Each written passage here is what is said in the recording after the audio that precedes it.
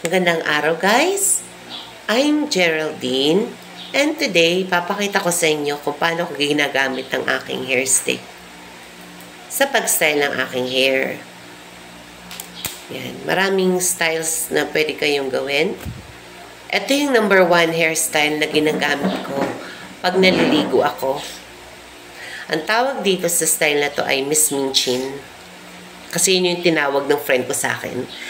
Pero ito ay common updo bun. Yun lang siya. Actually, secure na siya. Ito mo.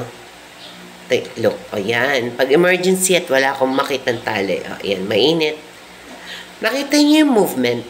Importante yung movement sa paglagay ng stick. Pa-triangle. 1, 2. Para siyang itinatahi mo yung hair mo sa stick.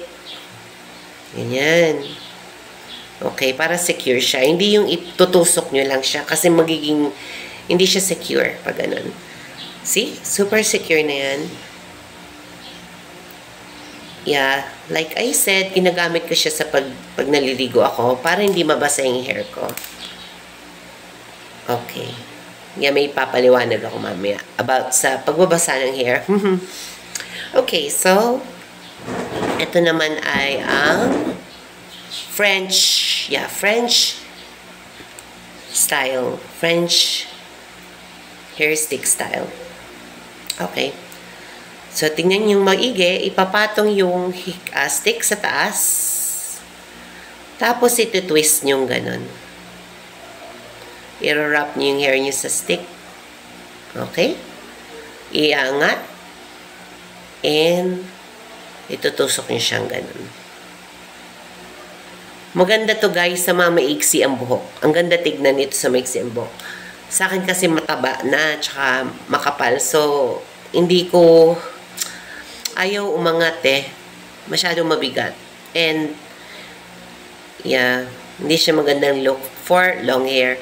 Sa medium length hair, itong try nyo. Okay siya. Okay.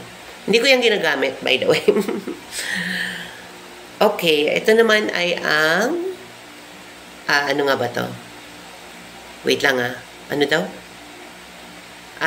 Ito yung Japanese festival hairstyle. Yan yung mga ginagamit ng mga Japanese pagka pupunta sila sa summer festival. Oops, umagis yung stick. Okay, so nakita nyo, tinwist ko yung hair ko. Tinusok ko yung hair sa gitna. See? Yan. Then, clockwise.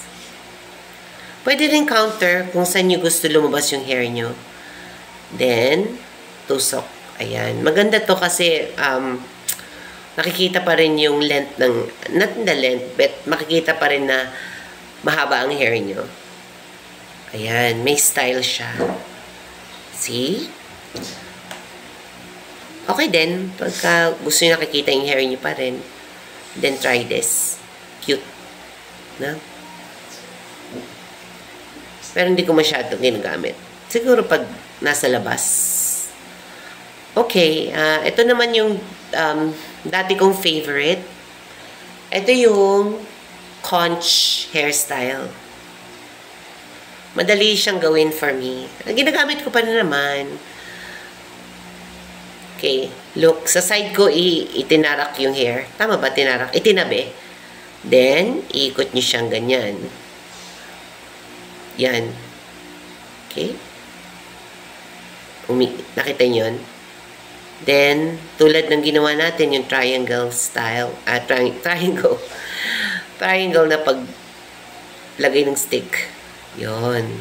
Okay. Okay naman siya. Kaya lang, titingin yung mangyayari kung bakit hindi ko na siya masyadong ginagamit. Yun, kasi may tirang konti. Kung yan ang gusto yung style, edi good. Ayoko kasi nararamdaman ko yung buhok ko pag nagtuturo ako parang mainit pag tanghali. Okay naman siya. Yun. Now, ito yung ginagamit ko ngayon kasi sobrang haba na ng hair ko. Ito ang the best for long hair. Ito ang tinatawag na knotless hairstyle. Nakita nyo, nilagay ko sa thumb ko.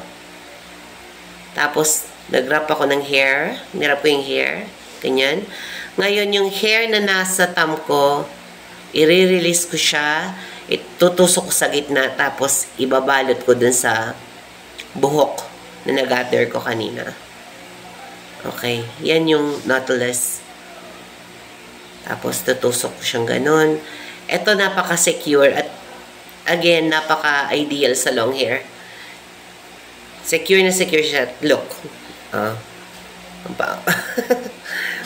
De-demonstrate ko lang ako, sabihin nababaliw na ako. Ayan. Napaka-mother bun ang look, pero napaka-secure naman. Okay, ito naman ang gamit ko pag natutulog ako. Ang gagamitin nyo ay, kung di silk, ay satin na ponytail. Kasi yung ibang ibang material, hindi maganda sa buhok. Ito, kahit ilagay mo sa hair nyo, hindi siya damaging. Nakita nyo, ito yung pineapple bun.